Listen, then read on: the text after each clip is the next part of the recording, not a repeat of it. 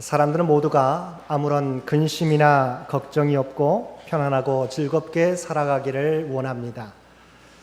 특히 7포 세대라 불리는 이 시대, 경제가 어렵고 미래가 불확실하여 젊은이들이 연애, 결혼, 출산, 내 집 마련, 인간관계, 그리고 꿈과 희망마저 포기하며 살아가는 이 시대에는 더욱더 그러한 삶을 바라고 원하는 것입니다.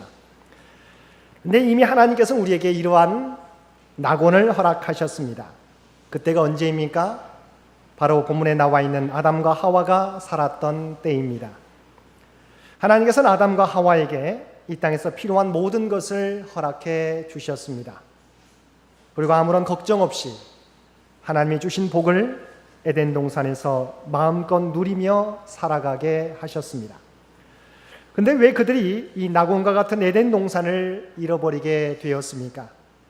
하나님께서 먹지 말라고 했던 선악과를 아담과 하와가 따먹었기 때문입니다. 아담과 하와의 불순종으로 인하여 그들이 에덴 동산에서 쫓겨나게 되었던 것입니다. 많은 사람들이 이 부분을 읽을 때마다 안타까워하면서 한 가지 질문을 던집니다. 하나님께서 왜 에덴 동산의 중앙에 선악을 알게 하는 나무를 두셨느냐는 것입니다. 만약에 에덴 동산에 선악과를 두지 않았다면 선악과를 따먹는 일도 없었을 것이고 그 결과 에덴 동산에서 쫓겨나는 일도 없었을 것이다 라는 것입니다. 그러면 왜 하나님께서 선악과를 동산 중앙에 두셨을까요? 하나님이 선악을 알게 하는 나무를 동산 가운데 두시고 그것을 먹지 말라고 하셨던 것은 인간에게 한계가 있음을 보여주시기 위함입니다. 인간이 이 땅에서 살아갈 때 반드시 지켜야 될 규칙이 있다는 것입니다. 쉽게 말하면 선악과의 열매를 인간이 취하면 더 좋아지는 것이 아니라 그것을 가지는 순간 죽음을 향해서 달려가게 된다는 것을 알려주시기 위함입니다. 선악과는 인간이 누릴 수 있는 자유에도 한계가 있다는 것을 알려주시는 것입니다. 이 부분에 대한 이해를 돕기 위하여 여러분에게 한 가지 질문을 드리겠습니다. 어항 속에 있는 물고기가 자유로울까요? 바닷속을 누비는 물고기가 자유로울까요? 당연히 많은 사람들이 바닷속의 물고기가 더 자유하다라고 대답하실 것입니다. 그럼 다시 한번 묻겠습니다. 바닷속에서 유영하는 물고기가 자유로울까요? 아니면 바다를 뛰어넘어서 육지에 나와 있는 물고기가 자유할까요? 의심할 여지가 없을 것입니다. 아무리 물고기가 자신의 자유라고 육지에 올라오면 우리는 그 물고기가 바닷속의 물고기보다 더 자유롭다고 말할 수는 없는 것입니다. 왜냐하면 물고기는 육지에 올라오는 순간 얼마 못 가 죽는다는 것을 우리는 알고 있기 때문입니다. 선악과의 경우도 마찬가지라는 것입니다. 물고기에게 자유가 확장될지라도 하나님이 주신 기준을 뛰어넘으면 그것은 자유가 아니라 방종이요 죽음에 이르는 길이 되는 것처럼 우리가 가지고 있는 자유에도 한계가 있다는 것입니다. 하나님 인간에게 말씀하셨습니다. 선과 악에 대한 기준은 너희 몫이 아니라 하나님의 몫이다. 하나님께서는 선과 악에 대한 기준이 인간들에게 주어지면 서로가 옳다고 주장하다가 결국에는 다투고 싸우고 심지어는 상대방을 죽이기까지 한다는 것입니다. 그래서 하나님은 선과 악을 알게 하는 선악과는 먹지 말라라고 경고해 주신 것입니다. 그런데 아담과 하와가 하나님의 경고를 무시하고 이 선악과를 따먹음으로 하나님이 주신 낙원 에덴 동산에서 쫓겨나게 되었던 것입니다. 그런데 안타까운 것은 오늘날에도 에덴 동산에서의 잘못이 계속되고 있다는 것입니다. 첫 번째는 사람들이 하나님의 말씀보다도 세상이 주는 말이나 사탄이 주는 말에 더욱 귀를 기울이며 살고 있는 것입니다. 하나님께서는 분명히 선악과를 따먹으면 반드시 죽을 것이라고 말씀하셨습니다. 그런데 뱀이 선악과를 따먹어도 절대 죽지 않을 것이라고 유혹하자 아담과 하와가 그 유혹에 넘어가 선악과를 따먹음으로 죄를 범하게 되었습니다. 오늘날에도 많은 그리스도인들이 하나님의 말씀대로 살아가라, 그렇지 않으면 너희가 죽을 것이라는 하나님의 경고의 음성을 들음에도 불구하고 그렇게 살지 않아도 죽지 않고 아무런 일도 일어나지 않는다고 자만하면서 자기 마음대로 살아가고 있는 것입니다. 사사시대 이스라엘 백성들처럼 자신의 소견에 오른 대로 판단하며 살아가고 있는 것입니다. 모든 것을 자신이 판단하며 하나님의 말씀에 비추어 보지 않습니다. 이것은 인간의 자유나 용기가 아니라 만용이요 불순종인 것입니다. 두 번째는 여전히 자신이 하나님과 같이 되고자 하는 교만 가운데 살아가고 있다는 것입니다. 본문에서 뱀이 인간을 유혹할 때 어떻게 인간을 유혹했습니까? 너희가 이것을 먹으면 너희의 눈이 밝아져 하나님과 같이 될 것이다라고 유혹하였습니다. 뱀 사탄의 유혹은 바로 내가 하나님과 같이 될 것이다 라는 것입니다. 다시 말하면 내 인생의 주인은 하나님이 아니라 너 자신이다라고 유혹하였던 것입니다. 오늘날에도 사탄은 이 유혹으로 우리를 현혹합니다. 모든 것의 결정은 하나님이 아니라 우리 자신이 할 수 있다고 유혹하는 것입니다. 선악의 결정, 옳고 그름의 결정도 하나님이 아니라 스스로 결정할 수 있다는 것입니다. 그 결과 어떤 일이 일어나게 되었습니까? 자신의 수치를 발견하고 하나님에게서 멀리 떨어져 숨게 되었습니다. 그리고 범죄한 자신을 보호하기 위해서 다른 사람에게 책임을 전가하며 다른 사람을 정죄하기 시작했다는 것입니다. 하나님이 금지한 것을 행했으면서도 그것을 죄라고 고백하지 않았습니다. 그리고 도리어 그 모든 책임을 다른 사람에게 떠넘기기 시작했다는 것입니다. 하나님의 피조물인 인간이 하나님의 뜻 안에서 살려고 하지 않고 스스로 주인이 되어 모든 판단의 기준이 되고자 할 때 그 결과는 하나님에게서 멀어지고 남에게 책임을 전가하는 죄를 범하게 되는 것입니다. 내가 하나님과 같이 되고자 하는 것은 인간의 교만이요 오만입니다. 하나님께서는 성경 여러 곳에서 곳곳에서 교만은 패망의 지름길이요 겸손은 존귀의 앞잡이라고 말씀하셨습니다. 우리가 함께 읽은 마태복음 본문은 예수님께서 공생애를 시작하시기 전 가장 먼저 거치셨던 한 과정을 우리에게 소개해 주고 있습니다. 예수님께서 공생애를 시작하시기 전에 거치셨던 것이 무엇입니까?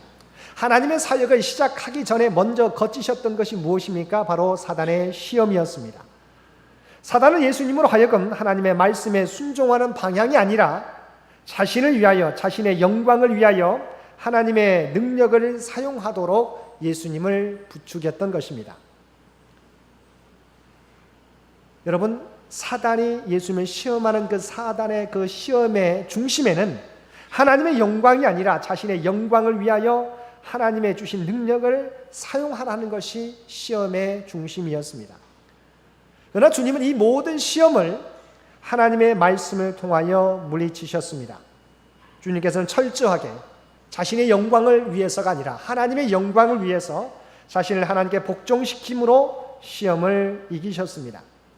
이 일을 통해서 우리가 하나님의 사명을 감당하기 위해서는 무엇보다도 먼저 나의 영광을 위하는 삶이 아니라 하나님의 영광을 위하는 삶이 되어야 된다고, 또한 내가 하나님과 같이 되고자 하는 교만의 유혹을 물리쳐야 됨을 우리에게 보여주시는 것입니다.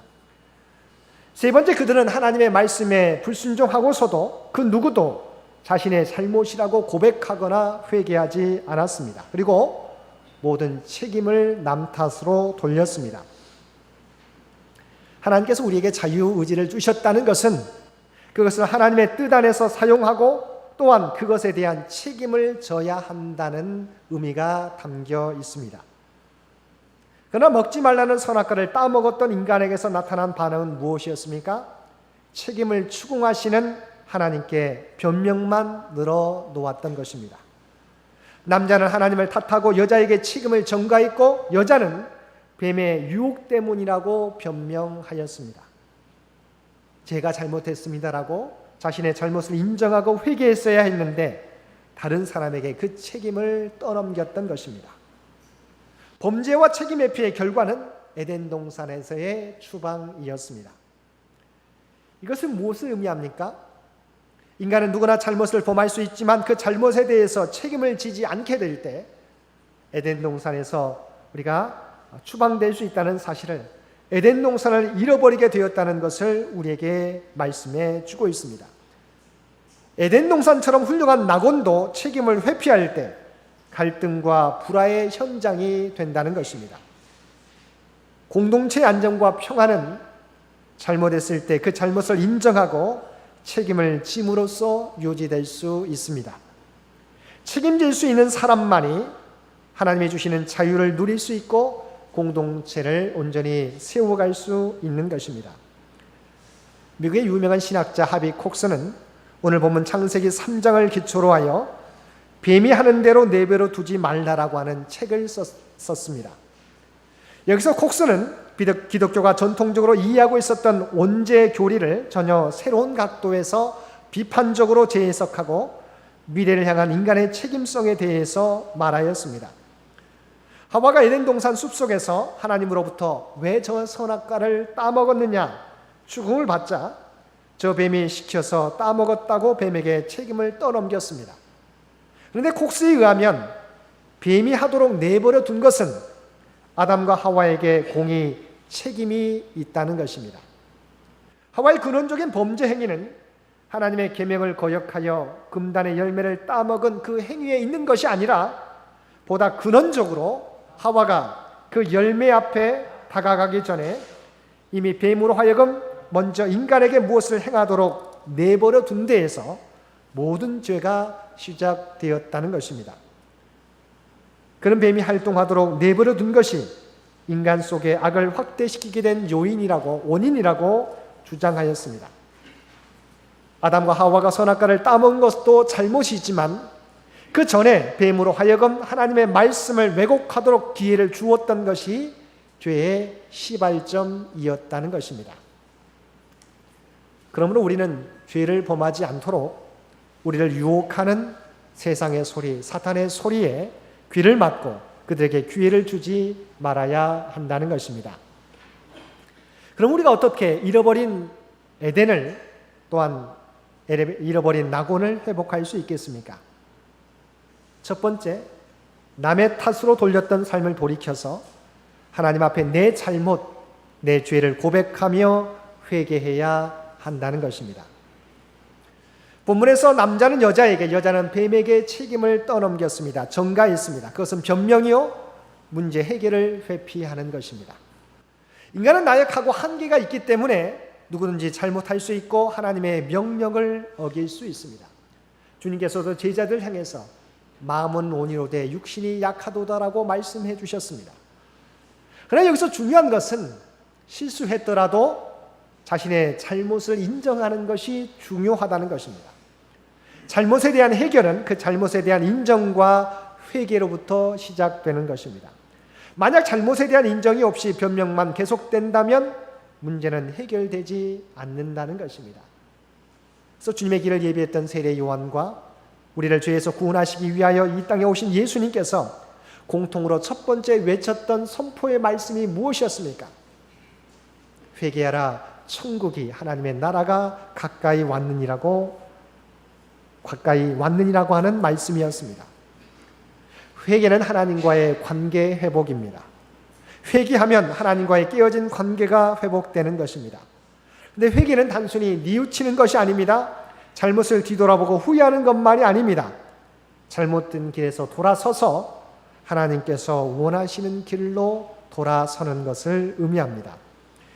이제까지 내가 주인이었던 삶에서 하나님이 주인 되는 삶으로, 내 소견에 옳은 대로 판단하고 행동했던 삶에서 하나님의 말씀에 순종하는 삶으로 변화되는 것을 의미합니다. 진정한 회개만이 에덴을 회복할 수 있습니다. 두 번째는 주님의 말씀을 통하여 사단의 시험을 이겨야 한다는 것입니다. 하와는 뱀이 유혹할 때 하나님의 말씀을 잘 알고 있었습니다. 뱀이 정말 하나님이 그렇게 말씀하시더냐라고 슬그머니 물어보았을 때 하와는 하나님의 음성을 떠올려야 했습니다. 그러나 하와는 하나님의 말씀보다 뱀의 음성에 귀를 더 기울였습니다. 그 순간 하나님에 대한 불순종은 시작되었던 것입니다. 우리가 에덴을 회복하기 위해서는 사단의 유혹을 이겨야 되는데 사단의 유혹을 이기는 방법은 다른 데 있지 않습니다. 하나님의 말씀을 항상 가까이 하고 그 말씀으로 무장해야 하는 것입니다. 우리 함께 읽었던 신약 마태복음 4장에 있는 본문에서 예수님께서 사단의 시험을 어떻게 이기셨습니까? 다른 것이 아닌 오직 하나님의 말씀으로 물리치셨습니다. 우리가 암송 구절로 기록되었으되 사람이 떡으로만 살 것이 아니요 하나님의 입으로부터 나오는 모든 말씀으로 살 것이라고 사단의 유혹에 대해서 우리 주님께서 이 말씀으로 물리치셨던 것입니다. 우리가 유혹을 받을 때나 무엇인가를 결정할 때 이것이 사단의 음성인지 하나님의 음성인지 분별하기가 쉽지 않습니다. 우리가 하나님의 말씀에 우리의 눈과 귀와 마음을 집중시키지 않으면 우리는 사단의 유혹에 쉽게 넘어지며 세상의 어둠의 세력에 쉽게 굴복하게 되는 것입니다. 그래서 우리는 예배 때마다 진심으로 하나님의 말씀에 귀를 기울이고 날마다 하나님의 말씀을 묵상하며 그 말씀을 일상생활 가운데 적용하며 살아가야 하는 것입니다. 이사야 선지자 이사야서 55장 3절 말씀에서 이렇게 말씀하셨습니다. 너희는 귀를 기울이고 내게 나와 들으라. 그리하면 너희의 영혼이 살리라. 내가 너희를 위하여 영원한 언약을 맺으리니 곧 다윗에게 허락한 확실한 은혜이니라 말씀해 주신 것입니다. 우리가 예전에 바로 낙원을 회복하기 위해서는 주님의 말씀으로 전신갑주를 입게 될 때 우리는 사단의 유혹을 이길 수 있고 잃어버린 낙원을 회복할 수 있을 것입니다. 세 번째, 성령 충만으로 우리는 사단의 유혹을 이겨야 합니다. 아담과 그리스도가 우리 인간에게 미치는 영향력은 절대적입니다. 첫사람 아담은 우리에게 죄와 사망을 전했지만 둘째 아담인 예수 그리스도는 우리에게 죄 사함과 구원의 은혜를 선물로 주셨습니다. 문제는 우리가 그리스도를 믿고 구원받았음에도 불구하고 우리 안에 옛 아담의 모습이 남아 있어서 구원받은 자의 삶과 세상을 쫓는 삶, 두 가지 마음 가운데 갈등하며 살아가고 있다는 것입니다. 그래서 우리 그리스도의 은혜와 믿음이 내 안에서 우위를 점하지 않으면 믿음이 있어도 우리는 평생 뱀의 유혹에, 세상의 유혹에 끌려다닐 수밖에 없는 것입니다. 오직 우리가 성령 충만 받아야 하는 이유가 바로 여기에 있습니다. 성령은 우리를 돕는 보혜사라고 말씀해 주고 있습니다. 또한 요한복음 14장 26절 말씀을 통해서 성령은 우리에게 모든 것을 가르치시고 모든 것을 생각나게 하신다고 말씀하고 있습니다. 성령님이 우리 안에 주인으로 계실 때만이 우리는 사단의 유혹을 이길 수 있는 것입니다.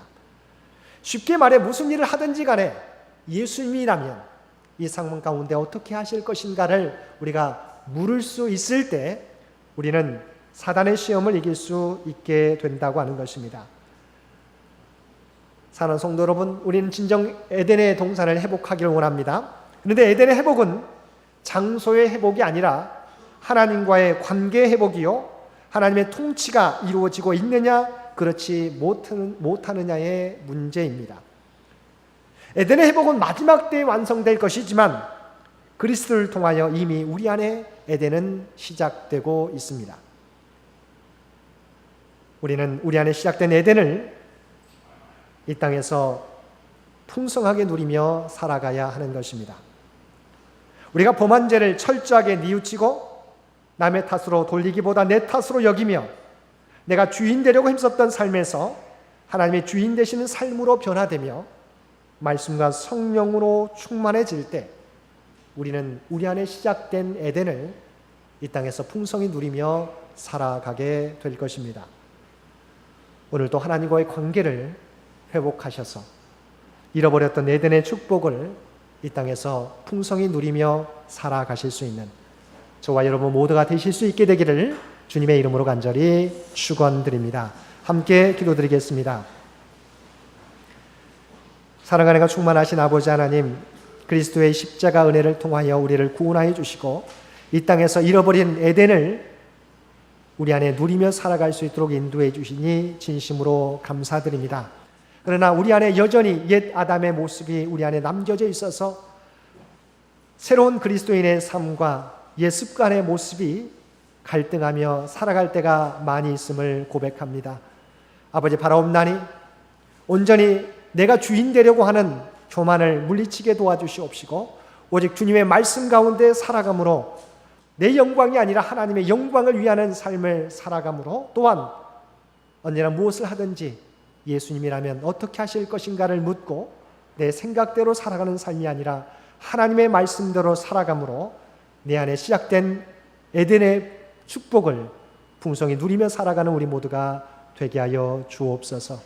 그리하여 세상에서 누릴 수 없는 참된 기쁨과 평안을 그리스도 안에서 누리며 살아가는 우리 모두가 되게 하여 주옵소서. 이 모든 간구 우리를 구원하여 주신 예수님의 이름으로 간절히 기도드리옵나이다.